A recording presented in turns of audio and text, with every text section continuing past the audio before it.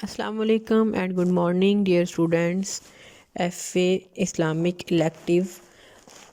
آج ہم پڑھیں گے حضرت عثمان غنی رضی اللہ تعالیٰ عنہ کے بارے میں. تیسری خلافت ہے اور تیسرے خلیفہ ہیں اسلام کے. آپ کا دور خلافت محرم 24 ہجری سے سٹارٹ ہوا اور ذی الحج 35 ہجری تک گیا. تقریباً 11 سال کا عرصہ تھا.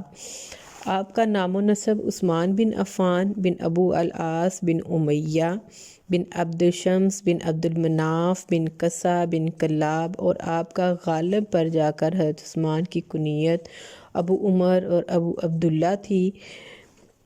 زمانہ جاہلیت میں آپ کی کنیت ابو عمر تھی. مسلمان ہونے کے بعد حضرت رقیہ سے آپ کے یہاں حضرت عبداللہ پیدا ہوئے تو آپ کی کنیت ابو عبداللہ ہو گئی.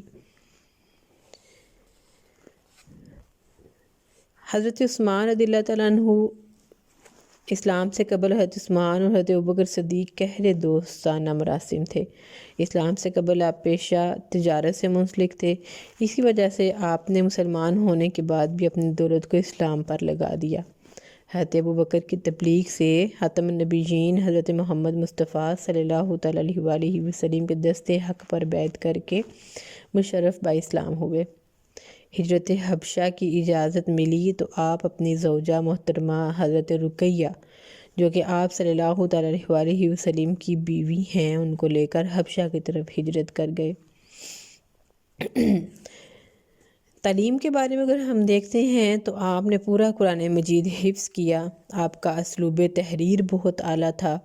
علم میراث پر حضرت عثمان غنی کو عبور حاصل تھا. مسائل حج پر آپ سند کا درجہ رکھتے تھے، یعنی آپ کی جو بات حج کے مسائل میں آپ کہہ دیتے وہ مستند ہوتی. استنباط و مسائل اور اجتہاد پر آپ کو کافی مہارت حاصل تھی. آپ صلی اللہ تعالیٰ علیہ وآلہ وسلم کے ساتھ محبت اور عقیدت کا یہ عالم تھا کہ آپ صلی اللہ تعالیٰ علیہ وآلہ وسلم ایک دفعہ آپ کو معلوم ہوا کہ اہل بیت نبوی کئی دن سے فاقہ میں ہیں، تو یہ سن کر آپ دیدہ ہو گئے. گھر آئے، آٹا، کھجور، ستو، گوشت اور نقدی رقم لے کر ام المومنین حضرت عائشہ رضی اللہ تعالیٰ عنہ کے گھر تشریف لے گئے اور عرض کیا جب بھی ایسی حالت پیش آئے تو خادم رسول عثمان کو یاد فرمایا جائے.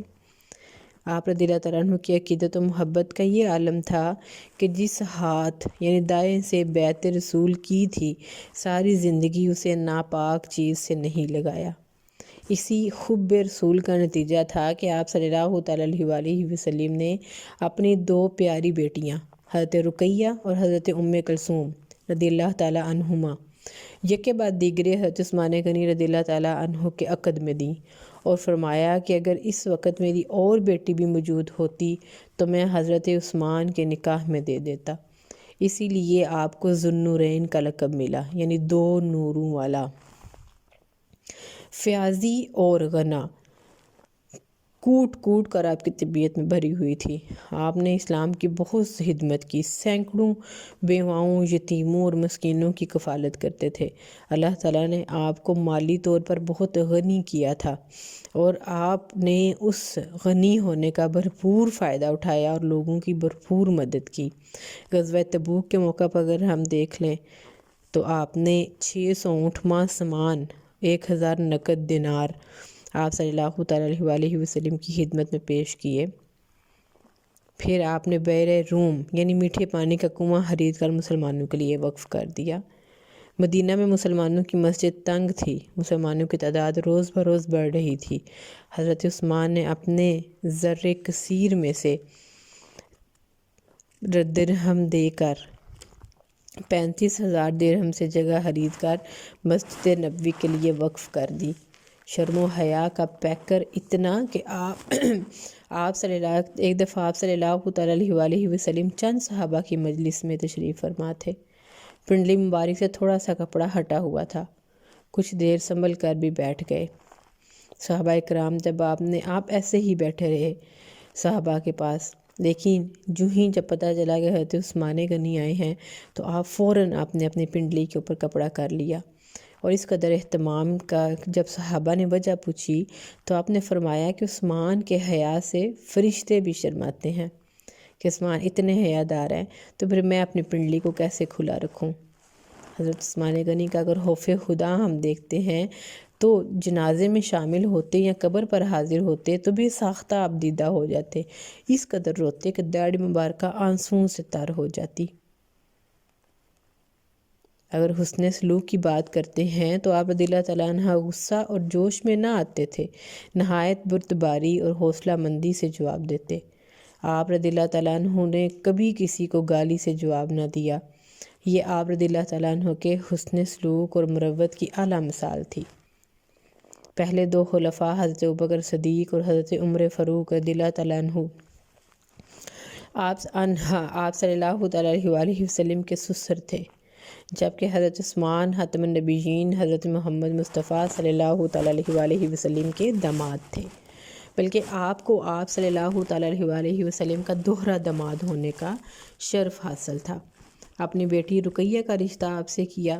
جب حضرت رقیہ کی وفات ہو گئی تو خاتم النبیین حضرت محمد مصطفیٰ صلی اللہ تعالیٰ علیہ وآلہ وسلم نے اپنی دوسری بیٹی حضرت ام کلثوم کا رشتہ بھی حضرت عثمان سے کر دیا۔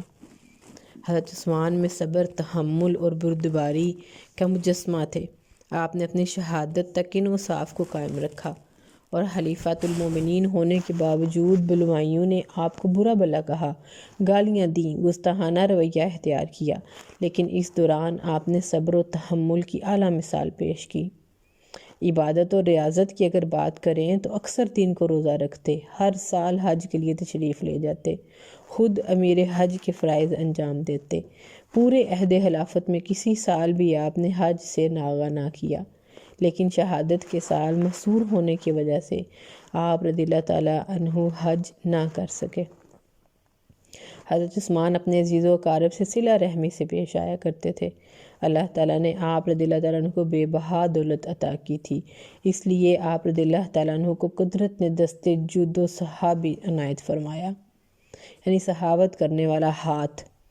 آپ نے کبھی بھی بخل و کنجوسی سے کام نہ لیا، اپنے عزیز و اقارب کے حقوق و فرائض کا خیال رکھتے تھے۔ اپنی سخاوت و فیاضی اپنے عزیز و اقارب پر پہلے کیا کرتے تھے، ان کے علاوہ دوسرے لوگوں کو بھی اپنے مال سے صدقات، زکوٰۃ کی صورت میں مدد کرتے تھے۔ اس لیے اس الزام کی کوئی حقیقت نہیں کہ حضرت عثمان بیت المال سے اپنے قربا پروری کیا کرتے تھے، کیونکہ جو شخص عہد رسالت نبوی اور دور خلفاء میں اپنی بے بہا دولت راہ خدا میں بے دریغ خرچ کرتا ہو، اس سے کیسے توقع کی جا سکتی ہے کہ وہ اقربا پروری کرتے ہوئے بیت المال کو بے دریغ خرچ کرتے تھے۔ حقیقت یہ ہے کہ آپ رضی اللہ تعالیٰ عنہ اپنے ذاتی مال اپنے عزیز و اقارب پر خرچ کرتے تھے، لیکن مخالفین نے اپنی آنکھوں پر پٹی باندھ کر اس پاکیزہ دامن کو میلا کرنے کی کوشش کی۔ آگے انشاءاللہ ہم اس کے بارے میں ڈیٹیل میں پڑھیں گے۔ یہ آج کا آپ کا ٹاپک تھا حضرت عثمان غنی رضی اللہ تعالیٰ عنہ، ان کے تعارف، ان کی سیرت و کردار پر ایک مفصل نوٹ جو تھا وہ آپ کا یہ کویسچن تھا جو ہم نے ابھی دیکھا، اس کو دعا میں یاد رکھیے گا۔ آپ کا اور میرا اللہ تعالیٰ حامی و ناصر رہے، آمین۔ السلام علیکم ورحمۃ اللہ وبرکاتہ۔